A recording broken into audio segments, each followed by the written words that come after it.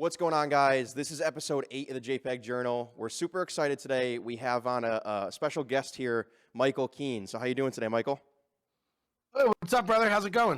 Doing great. Doing great. Nice. Yeah. So today we have on Michael. He's from the NFT Catcher Podcast. Jenny's the host. He's the co-host. And Mike, we just saw that you hit 50 episodes.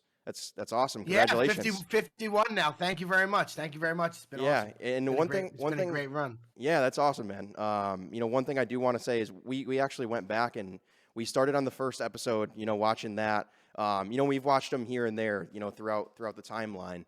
And it's just super motivating to see how far you guys have came. Like, I went back and listened to the first episode, and not only just how far you guys have come as far as the content side of stuff, but it's just funny to me to see how far the NFT space has came as well. Like, I listened to the first episode, and like, I hear you guys talking about, the mint price of Cool Cats, and I'm like, yeah, it's crazy. Like, they couldn't even sell at 0.05.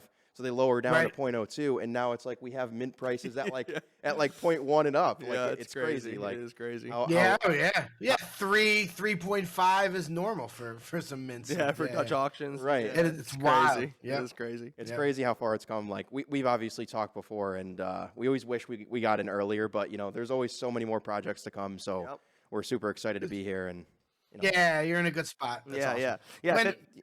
Go ahead. No, I was gonna say, when did you guys happen to get in? When did you guys get in? We got in about August, September.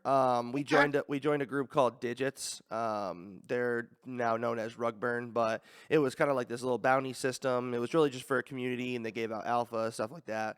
And we're still a part of their community. We still hold their pieces. And yeah, but that was really when we first started. Our first mint was Parallel. The pack drop too was the first time we minted, and man, have those gone downhill. Yeah. I still really like the art with Parallel, but floor prices always change. Obviously, the supply was higher, so you expect the prices to change a little bit. I mean, we were even in NBA Top Shot before that a little bit. We were in NBA Top Shot a little bit. Were you in that at all? Yeah, that's how I started, actually. In early February 2021. Top Shot was the first NFTs I found. Yeah, Top Shot. Yeah, a bunch of my friends got into Top Shot. Like some of my friends that aren't even in NFTs now were in NBA Top Shot before. One of my friends actually, he pulled It was a LeBron, right? He pulled a LeBron, but it was like because remember how they were serial numbered? Like the lower numbers were more rare. He pulled like a LeBron that was like number like 20 something. It wasn't 23, but it was like 20 something. That one he ended up selling for a good amount, but he got a Tim Hardaway Jr. and it was a number 2. Really? Rarity, yeah. And so he flipped that for like $4,500. No way. Yeah, it was when it first started, and I was like, yo, I'm buying these packs. Yeah. And then I ended up pulling like a couple like some small cards. I sold them for like probably like $800, but then it was nothing else. I really liked Go ahead, Mike. You're good, bro. I didn't mean go ahead. No worries. I really liked with Top Shot, like the whole experience they had too. Like with NFTs nowadays, it's like, they drop the mint contract, you go and mint. With that, it's like they had a show along with the pack drop, which I thought was really cool. You could tune in live. That was really cool. But like me and you we talked about this before. We never really like caught on to like the NFT, like, okay, we actually own this. It's really digital ownership. Mm-hmm. And so we kind of like missed the concept behind them. And then it's like after that, when we started to get into ETH NFTs, it really all clicked. Mm-hmm. Like, obviously those were on Dapper chain, so it was a little bit different. It wasn't the same, really. Yeah, it wasn't the same. Right. But again, those are what started us off, and it was a ton of fun. So yeah. Tony, you want to? Sure. Yeah, I remember hearing about Top Shot back in like October of 2020, November of 2020. And being like, why would I want to buy something like that? That was like before NFT, before I even knew what an NFT was. And I was like, why would I want to buy a digital moment? They weren't even advertising them as NFTs, I don't think. And like, and then all of a sudden, Gary Vee's the one that really turned me on. February 2021, he puts out a video, and from there, I was hooked. Yeah. It's easy to get hooked. Yeah, it's easy to get hooked from him. You know what I mean? He's super convincing. Yeah, he really is. Yeah, he knows how to talk. He knows how to talk for sure. He knows his stuff too. Honestly, like he puts it into like like I try and like explain to my family like about NFTs and stuff like that. It's such a hard concept to explain to them, like the older generation. But like he can really put it into terms where you understand it. It's like, okay, well, I own something digitally. It's like it's the same as owning something, in real life, but there's a serial number. It's backed by a digital contract. Like I love Gary Vee. So Yeah, he's the best. Oh yeah, and I'm a huge fan. Yeah, I minted V Friends. I actually had a FaceTime frog, so I FaceTimed with him for 5 minutes. We put it on the podcast. No way. It was amazing. Yeah, it was amazing. Wow, that's cool. That's cool. Yeah. All right, so I want to hop into these questions. let's So, do it. yeah. So I know that in your past you were you were a ticket broker, collector, trading cards, all that kind of stuff. So do you feel like those experiences helped you understand the NFT market because it's kind of similar with supply and demand, that kind of stuff? 100%. I was a ticket broker. It was like about 17 years. The only reason I stopped is because of the pandemic. Early 2020, we got shut down. I didn't work for about a year, and I'm looking something to do, and like, what do I buy and sell? That's what I do. Ticket broker really is like supply and demand, just grinding and flipping and selling. So when I found NFTs and I found Top Shot, I was like, wow, you could see every single transaction. Not in tickets. Tickets, you don't know anything. Who's selling what, how many are left, anything like that. Top Shot, you can see everything. So I started following the wallets of the people that I thought were smart, and I actually built up a bunch of LeBrons. That's pretty much all I have in my wallet. Like, everything I was getting, I was flipping into LeBrons, even if they were the cheapest LeBrons that I was going for that. So I think I have like 20-some LeBrons that I've just been sitting there for 8 months. But going back to being a ticket broker and it helping me, there were a couple things that really, so the transparency of it all, like I said, plus NFTs are forever. Tickets expire. So tickets, if you think about it, are basically non-fungible commodities. If you have an arena, just like a 20,000 piece NFT project, and that's how I thought of it. Like, I was really thinking of it like Red Rocks. Red Rocks is a 10,000 person capacity, and every seat is different. If you have row 1, row 5, row 7, Yeah, it's true. It's true. I didn't think about it like that. But the only reason it's not a non-fungible token versus non-fungible commodity, commodities expire. So like, I felt like I was really prepared quickly to hop in. I knew how to buy volume. Like, I did really well flipping because of my ticket experience right away. Wow, yeah, that makes sense. I didn't really think about it like that. Like, I guess technically that it is kind of like, it's like an NFT project almost. It's a really good way to look at it, and it's like right place, right time for you. That job ended, and it was really right place, right time. Like I told you, I didn't work for a year. We did really well in tickets. It was nice. I wasn't like struggling, but it was going to get to that point if I didn't make money for much longer. And then NFTs come along, and it's been spectacular. I've met so many people, part of so many communities. I have more friends now than I've ever had. Like, these people, we go to these live events, NFT NYC, Art Basel, and I meet up with dozens and dozens of people. It's awesome. It's been incredible. Great. Yeah, there's gonna be a lot of people. You're meeting a lot of people at VEECON. Are you going?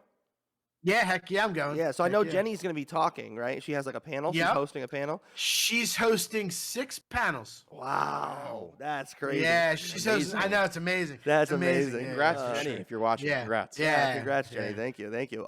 So, but are you going to be talking at all, or you're just going to go as a spectator? No, I'm just going to hang out. Yeah. So, not talking. How did you and Jenny meet exactly? Like, so she's more of the host.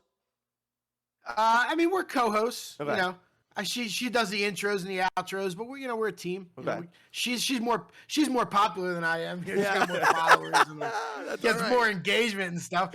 I'll say that. Yeah, that's all right though. That's all right. Great. That's great. We both do our thing on there, but she's amazing.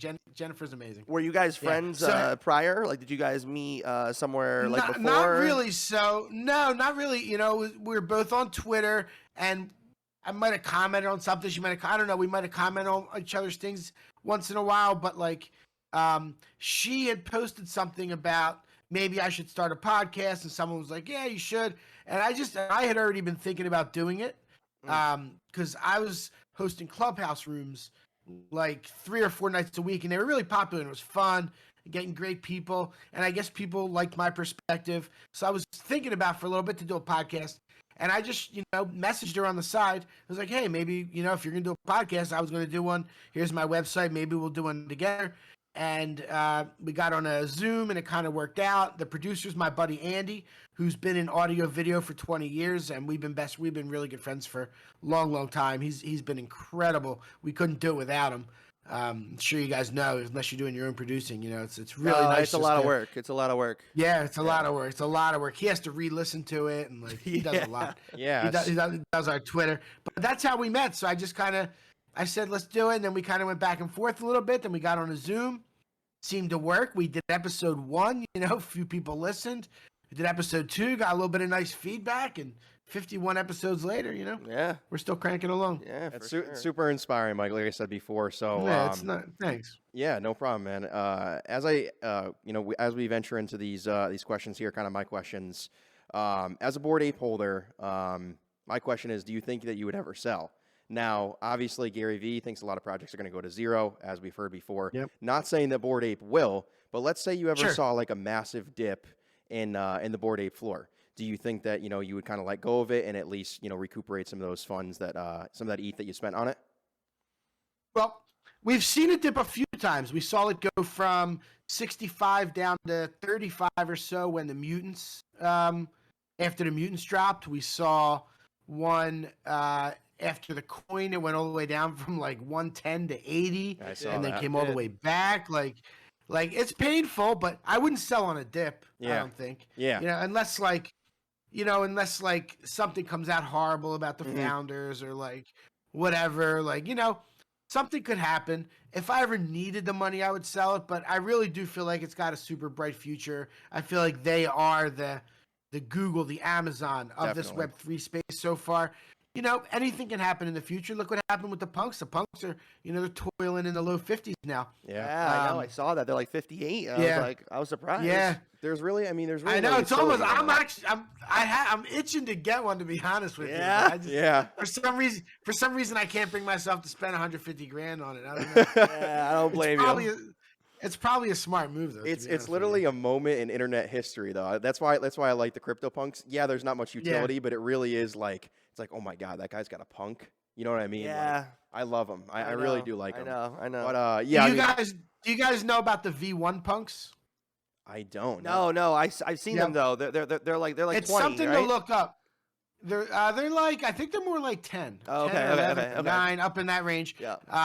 But they were originally created as the punks, but there was something wrong with the contract. No. So they reissued new ones, and these ones, someone figured out how to wrap them in a new contract.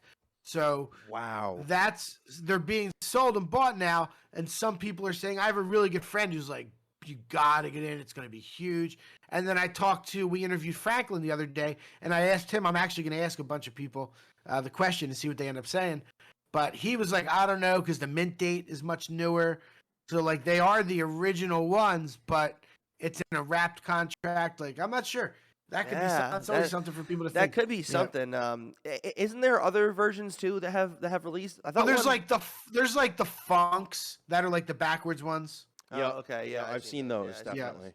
Yeah, but that would be crazy. I'm surprised that they could pump and go crazy, but I just don't see the original like the ones that are massive, the 58 floor ones. I don't see those getting flipped by those V1 ones.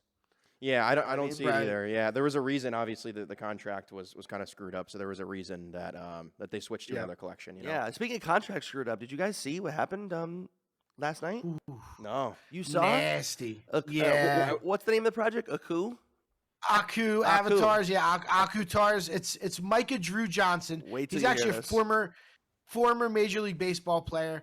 And for over a year now, he's been putting out these Aku Dreams. A lot of them, I don't know if all of them are, I think they're on Nifty Gateway. At least that's where it started. And they're really cool. It's this cool character he created, this animation. He's been working on it forever. And I mean, it's done really well. It's super popular. And then he is doing his avatar project, 15,000 of them. They did a modified Dutch auction where it went from 3.5 all the way down, and however low it got, everybody above that got refunded. So it was like an interesting mechanism. So like I put in for one, and I put in for 3.5 because I was like, whatever, wherever it gets to, and I think it got to. Forgive me if I'm wrong. I think it got to 2.1 or something like that. Yeah, I think that's what it got to. And then and then I got a refund above that. It was like 1.4, got refunded to me. But there was an issue with the contract. They had that weird mechanism, and there was something else to it, and they were warned. But they said it was a feature, and the person was like, all right, I guess it's good. The auction went on, and then somebody exploited the contract, locked up all the money before the refunds, and just to let them know what was going on, I guess. They acknowledged it. He released it, and all the refunds were made. However, the way they did that, it locked up all the rest of the money, 11,000 and change ETH, or $34 million forever. It's locked up forever. It's never going to be able to be touched ever again. In the contract. Yeah, it's gone forever. There needs to just be like a really good, like, secure auditing company for contracts. That's what there is auditing. There is, and that's exactly what everybody was saying, and it will become a standard. Yeah, you're going to need to prove your contract, especially at a level like that. 34 million, like it locked up forever. It's never going to be touched again. Yeah, it's crazy. Could you imagine being that dev and like you have that on your conscience? Yeah, the money's there. Yeah, you can't even touch it. It's like everyone's going to be able to look at it forever.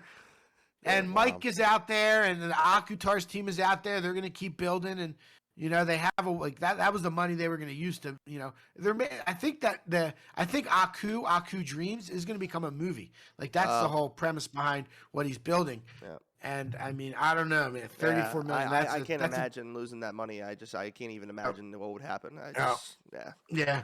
Much respect to Mikey. I've heard him on a lot of spaces recently, and seems really awesome and genuine.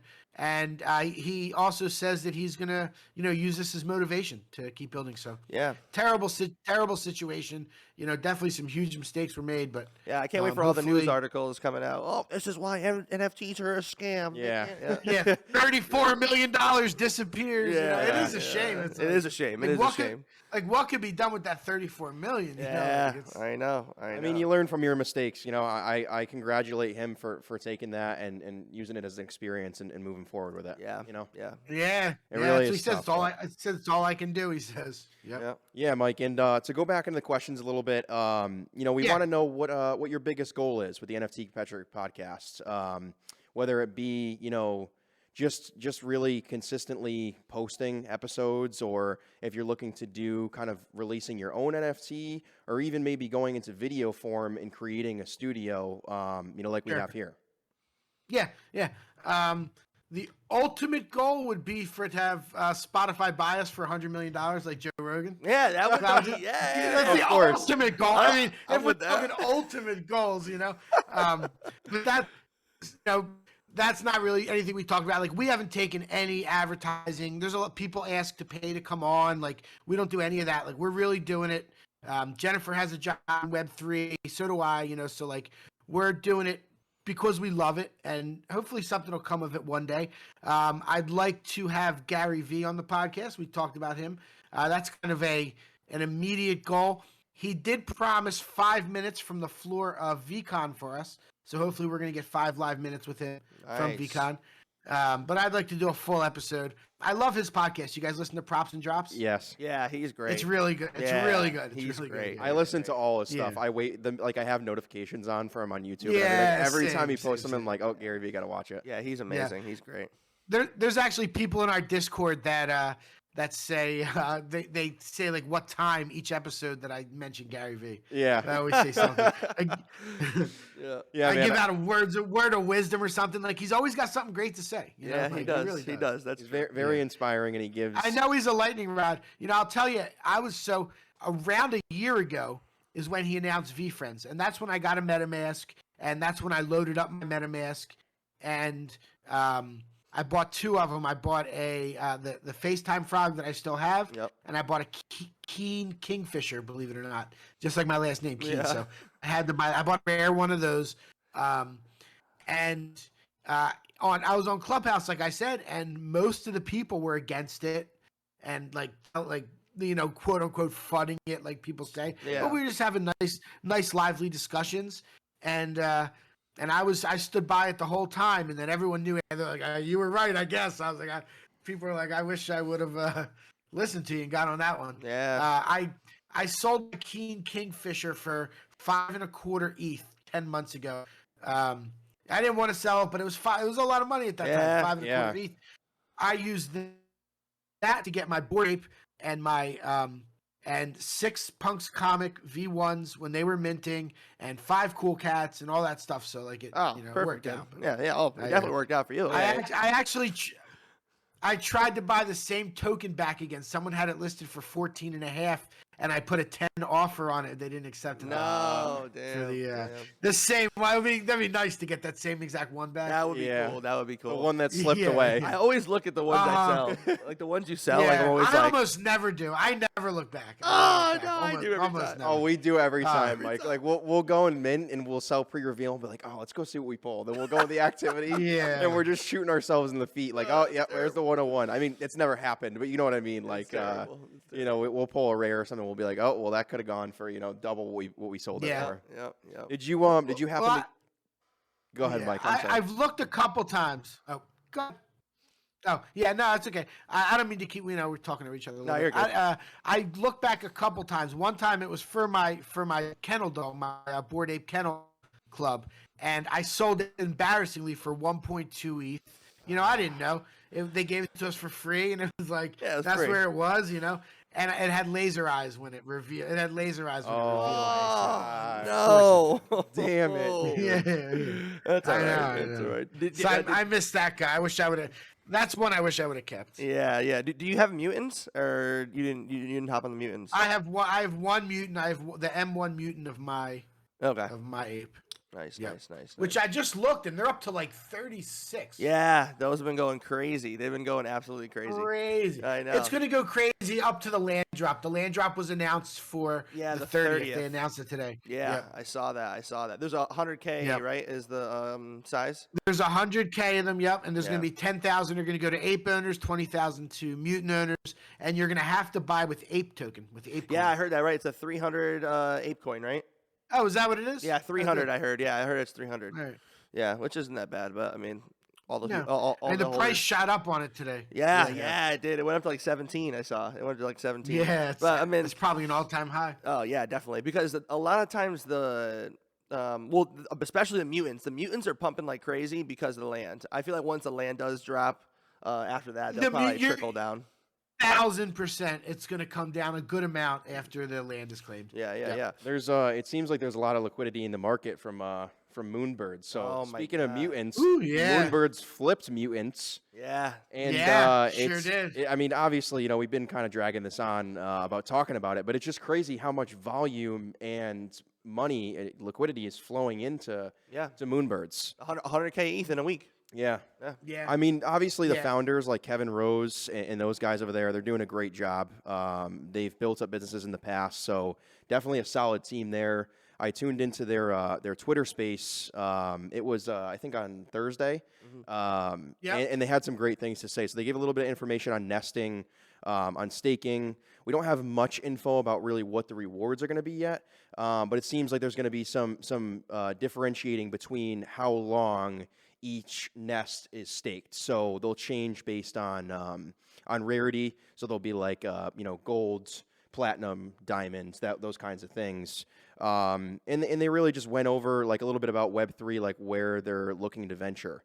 They're going to do some postings on their actual Twitter for job openings, whether it be coders, moderators. So look out for that, guys. If you're someone who's looking to get involved in Web3 out there, definitely a great opportunity for sure. So what do you think about MOONBIRDS, Mike? I think it's great. People are making money. I love seeing people make money. MOONBIRDS has done more volume than the Doodles. MOONBIRDS is number 9. Yeah. I'm looking right now at the statistics. They're number 9 all time. They've done more volume than the Cool Cats, than the Kennel Club, than Cryptoads, than World of Women. then then Cyberkongs and Pudgy Penguins. They've done twice as much as Cyberkongs and Pudgy Penguins, which is crazy. That's crazy. Absolutely That is nuts. crazy. It's nuts. Yeah. I mean, good for them. Good for everybody. Like I saw, Cole Ethereum. He flipped one, made $80,000 in like 5 days. Like, can't crazy. beat that. That stuff's amazing. Did you get one? Did you enter the raffle? Nah, I entered the raffle. I didn't get one, and then I just kind of, I was like, I don't know.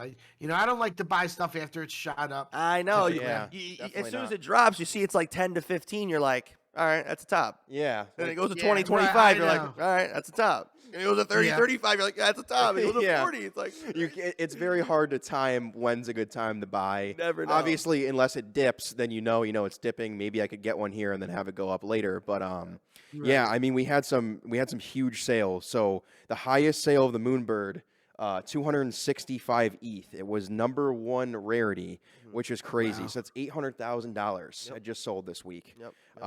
And also, what was really cool that I saw is Fuck Render is doing a little bit of a collab with Moonbird holders. If you guys caught that one. yeah. Yep. So Yep. basically, what he's going to be doing is immortalizing them.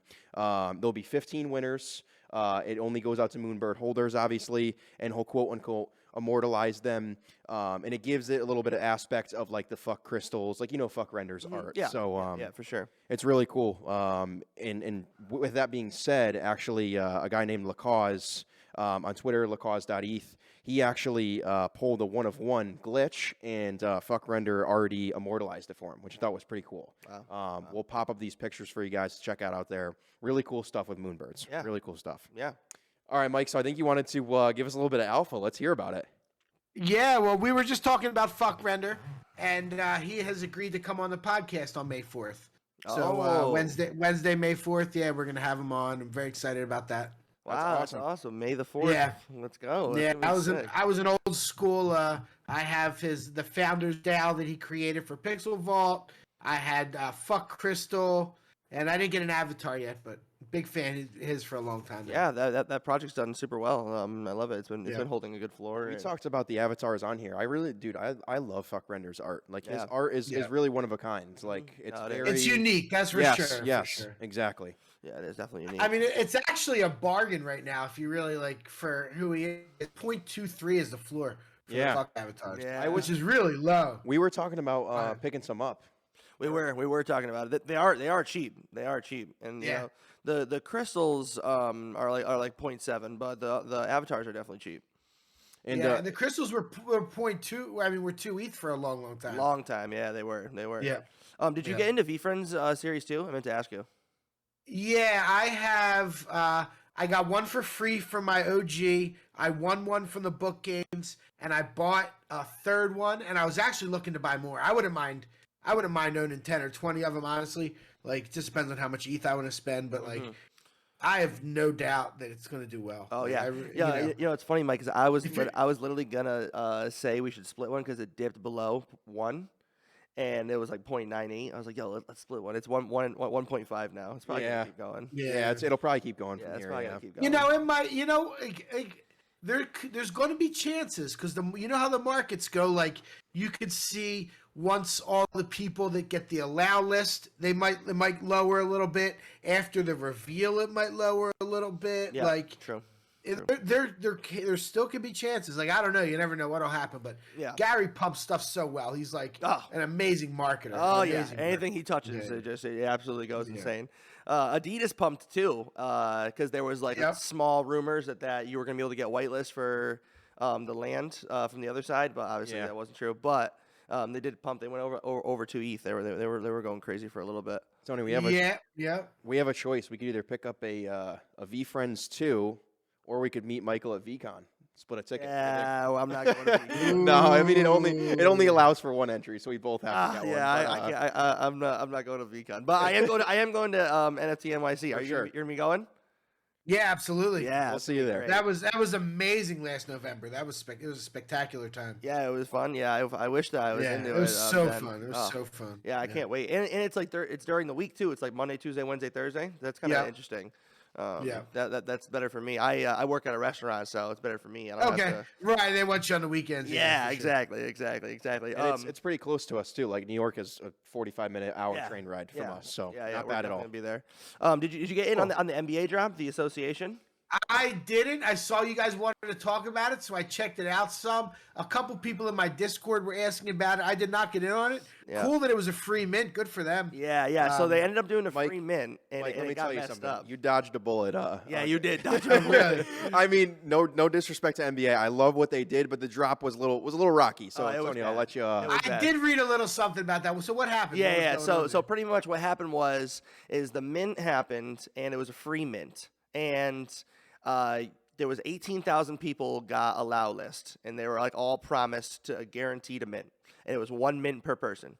And it's funny because like there's a lot of new people into this in this Discord specifically because it's NBA. People hear about it. People are NFTs, whatever, and or people that are like very very light traders. They kind of look around here and there. They're in there and they're like they're pissed. But what ended up happening was you were able to loop the contract. So, like, you could send 0 ETH to the wallet, and then you could edit the hex data, and you were able to get however many you wanted.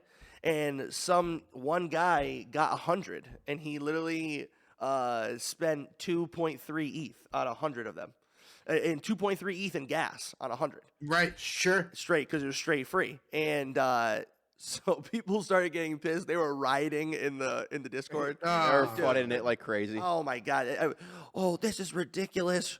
Well, like all the kids are like, oh, well, People get so mad about. I stuff. know. they're like, oh, well, there's 0.06 I'll never see again. I want to be like, bro, people get burned for like 5 ETH. Like it doesn't matter. It's not that big a deal. Imagine if those are the same kids that are getting stuff stolen out of their wallet on OpenSea. Yeah, they would exactly. they would have a meltdown. Yeah, people literally lost Bored Apes, Doodles, like expensive ass shit on and, like, they're mad about 0.06, but whatever. But yeah, so it ended up getting looped, and everyone was pissed about it. The floor was running too, even though it got looped. The floor was still going crazy. Yeah.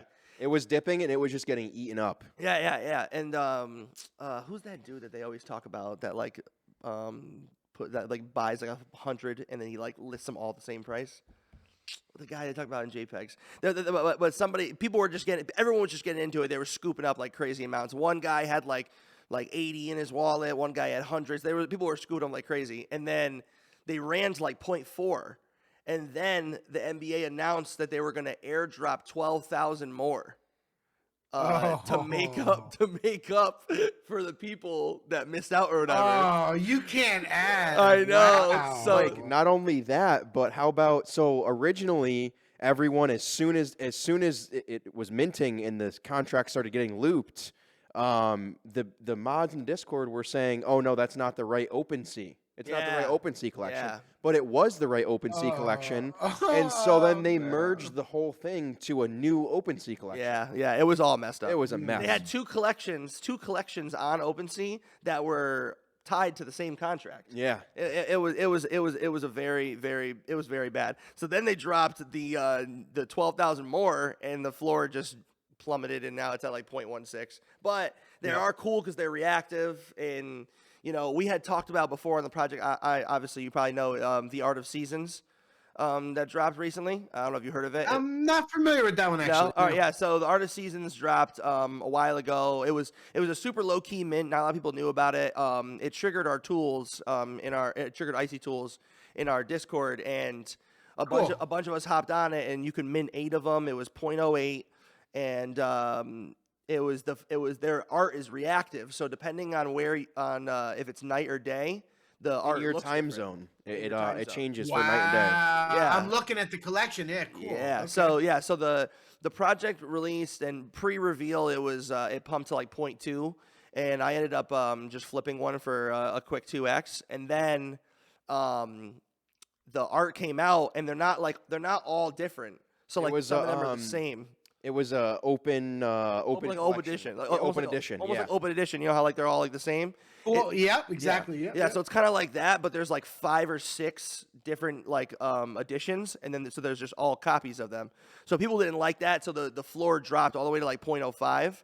But then after a little while, they released like a teaser, and it like went crazy, and then you can see it now if you're looking at the art. It's at almost 1.3 probably right now. So Yeah, so I think where you're going with that is like we really developed kind of our own conviction, I want to say, for certain projects where it's like it's a first of its kind, like NBA's, those actual pieces from the association. Mike, I don't know if you knew this, they actually changed the traits based on how the players did in the playoffs, which I thought was really cool. I did read that. Yeah, that is really cool. Yeah, That is so really like cool. so that being said, it being first of its kind, I thought that was me a good buy. I was waiting for it to dip below 0.1 and it didn't. So I was going to end up scooping some, but I mean, they're clearly. I mean, they're doing all right. It's not like they're not doing bad, but Yeah, I mean, it could have literally tanked completely after all that stuff. yeah, it could have went to zero and it didn't. So I guess that's kind of bullish, but I don't know. I mean, Yeah, the NBA releasing something that just shows people are coming in. Big companies are coming in, and it's looking great. We'll see what happens with this collection when Coinbase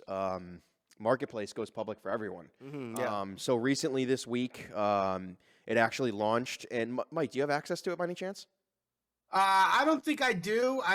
Honestly, I haven't even gone to the website yet. I like to when new things happen, I like to let other people play with them for a while first, make sure nothing crazy's happening. I don't blame you, man. Yeah. All of a sudden you look and it's like, oh, well, there goes all my ETH in my wallet. You know what I mean? Or whatever it is. Like, I don't know. I never do the updates right away on anything. Yeah, like, you never want to be the guinea pig. But so they dropped a beta for some of their more exclusive NFT influencers and figures, artists, stuff like that. And it seems like what I think is pretty cool about it. There's some people out there that have released, these influencers, these people that do have access. They've released some information on it showing, kind of the features of it. So it seems like they're going to rely more on like a social media presence where you can set your profile picture. I know you can do that in OpenSea, but also you can see followers and following, as well as comment on people's listings. So if someone paper hands, they're gonna get destroyed in the comments. Yeah, there's already been a lot of bad instances where people are paper handing and they're like, I don't know if that's gonna last. That's crazy. No, you can comment on their listings. Yeah, there's gonna be some serious cyberbullying going on in there for sure, because especially like a lot of young kids in the space, they're gonna be going nuts on that. And I don't blame them. I don't blame them. If I was 18, 19 and that was going on, I would probably be going nuts too. Yeah, so like I said, I mean, we personally don't have access to it. I like what they're doing. I think relying more on like a social media aspect is kind of cool. You can click on other people's wallets, see who they're following, maybe find out about a new whale coming up, something like that. Yeah. And really just be able to follow your friends and interact like a social media platform, but incorporate NFTs in that. I think that's going to be huge in the future. Yeah, well, because that's what they said. They're like it's just all it is it's NFT Instagram. Yeah. That's what they said. That's what people were saying. It's like, it's literally Instagram. Like, you put your picture up, people can comment on it, people can like it. Like, you can like NFTs in OpenSea, but no one does that. Yeah. I mean, no one does that. But like, you can go to people's profiles just like in OpenSea, but it's like different. Like, you can go to people's profiles, see what they're buying, see what they're selling. It's just a little bit different. And think about it too. Like, I mean, as traders, we spend our time, OpenSea, Twitter, Discord, right? It's like, what if there was a platform like what Coinbase is doing, where maybe even they implement something like DMs, where you can kind of work out like pricing. Yeah. You see someone has, instead of sending an offer like on OpenSea, you can see someone has their piece listed for an ETH. Message them, say, hey, would you take 0.9 for that? And kind of work out something, or maybe, hey, would you be interested in a trade? Where they can work out a secure trading platform. You know what I mean? So I think that'll be cool to see in the future where that goes. Yeah. Yeah, totally. No, I mean, it's going to be a big deal for sure. They've made a big splash, and they're going to do some really cool stuff. That is interesting, and I bet all the social platforms are going to be there. I bet you're going to be able to put your NFT on Twitter and be like, hey, this is for sale, whoever wants it. Yeah. Like, as an artist, like, here's my artist for sale, and they just buy it right there. Like, the most it's bullish, all going to be integrated. The most bullish case for NFTs is Elon being on board on Twitter. If he okays them, we're going to the moon. We're going to the moon. I heard that he's buying it, right? But they're like saying that he has a small stake, I think. No. 9%, SpaceX put out a collection with that guy Rafiq Anadol. They put out that collection about 2 weeks ago. Oh, I didn't see that. That's awesome. I'll have to look into that for sure. Small collection. Yeah. I didn't know that. Yeah. Yeah, they were like cool. They were like data points of space flights. It was like a weird, like Yeah. conceptual piece of art, but yeah, Yeah. they did. Yep. So I didn't see how another project that dropped was Space Booze. We had that on our calendar this week in our Discord, and the mint price was like 0.02, and public was 0.03, and we are actually are the leader. Impose is running a 2 to 10 ETH challenge, and he said to buy a few of those over like at right around 0.1. And they ended up running. They went all the way up to 0.2, 0.25. Now they're settling back down right around 0.1.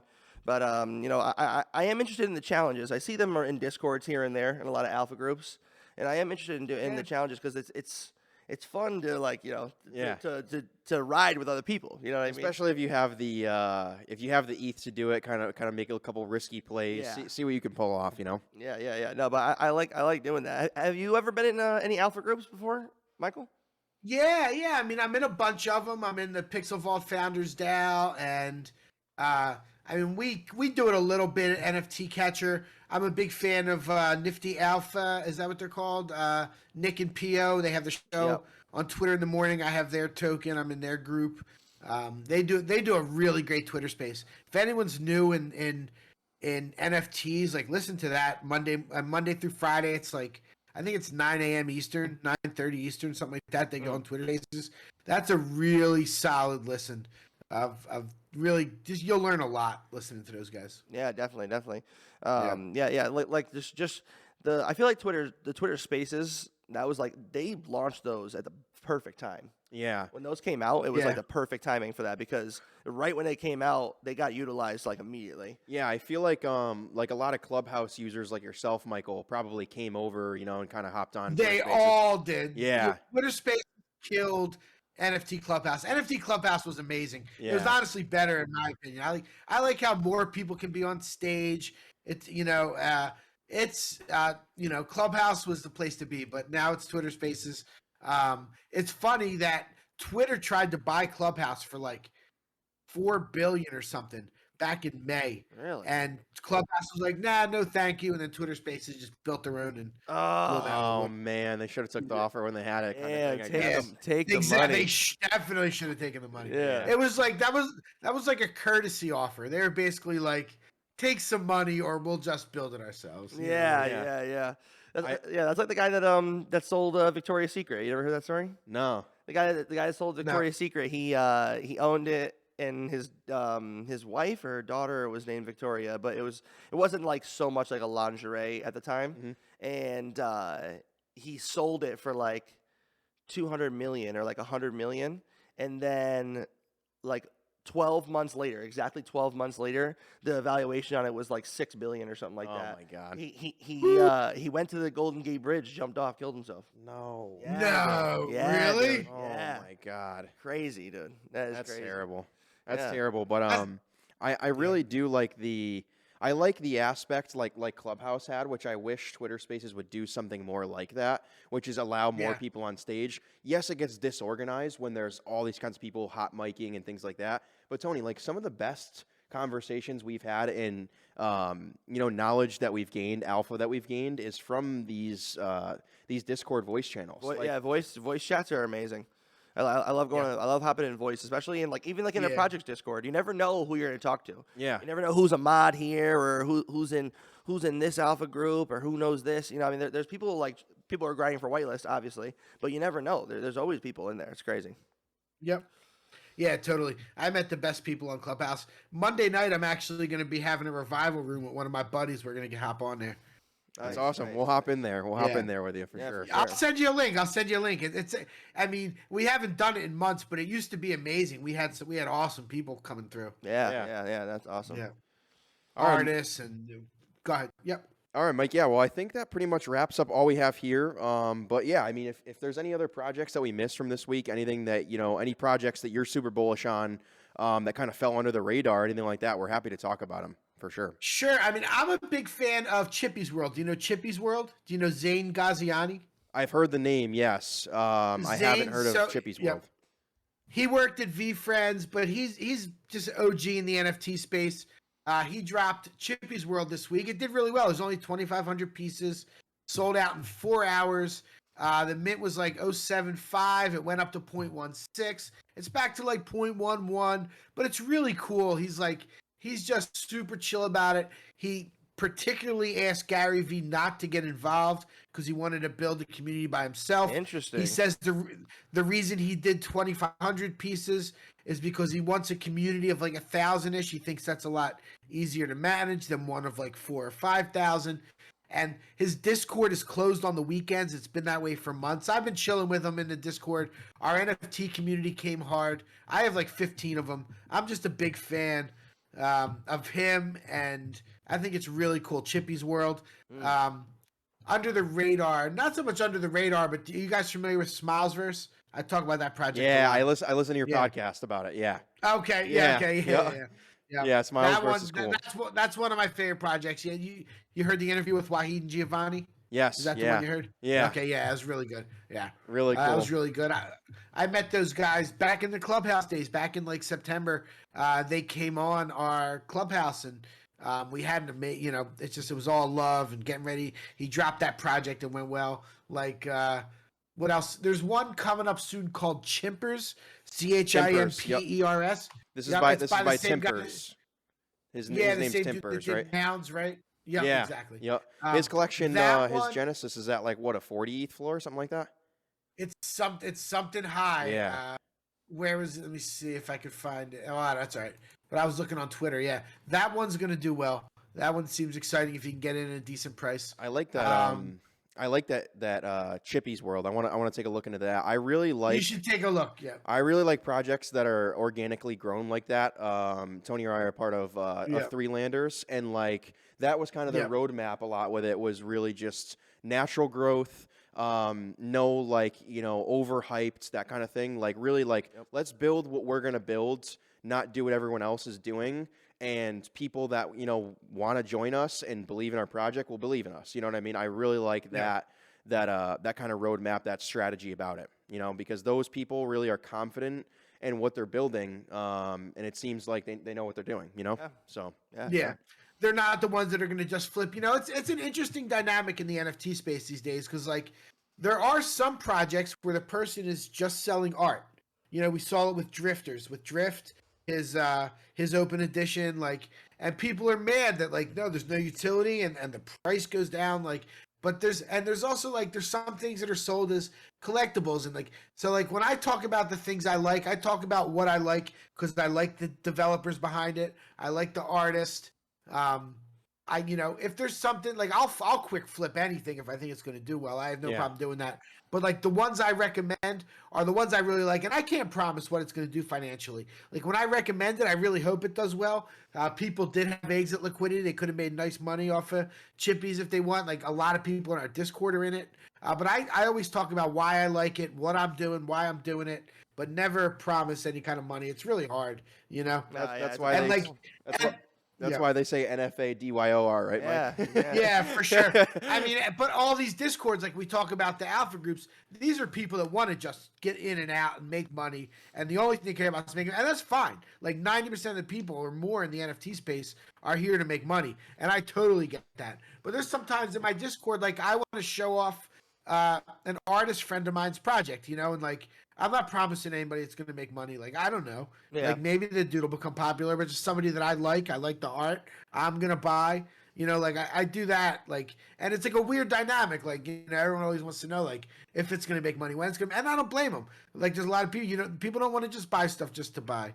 Yeah. And I get that, like, eventually, I think, like, early on in people's career, you do need to move in and out of stuff, or you're going to run out of money to spend. Yeah. Like you got to constantly be moving. Then after you build up for a while, you can then start to buy some things you like that you want to hold, I guess is.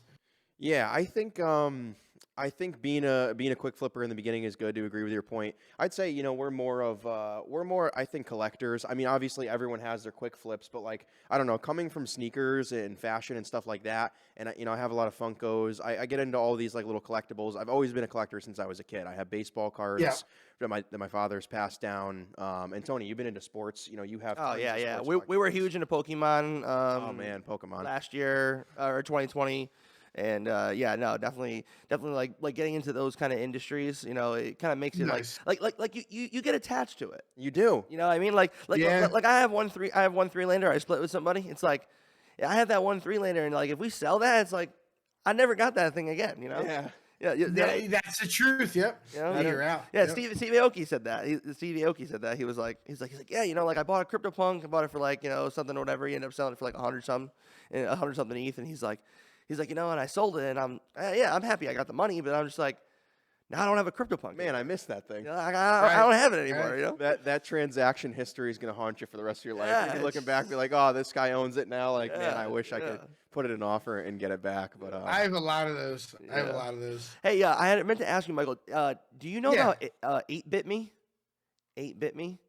Have you heard I about don't that? think so. No? I don't think so. I guess it's like I don't know a ton about it. I just thought that you might know about it, but it was a project that got dropped like somewhat recently, but I guess it was like the first ever like PFP like ever created. Like it's from like old time. Like it was from like it was from some game, some popular game in like 08 or something like that. I like think it before was like NFT. around like when Okay. these were like developers from when like the .com boom happened. I believe, Yes. right? Yeah. But I was just curious if you had heard about it because it's running like crazy right now. I bought one at 0.18 because it was like running a little while ago, and then it dipped all the Sure. way to 0.05, and then now it's like it's almost an ETH now. It's at 0.65. So I was just curious if you had known about it. I didn't know if you knew. Well, nah, I don't think I do. It's so hard. It's not it's- 8-bit, not 8-bit universe. That's No, 8-bit me is like the word Yeah. EIGHT bit, and then me. Okay. Okay. Yeah. But like the mint was it was on the 30th, and it was 0.05. You can get 8 per wallet.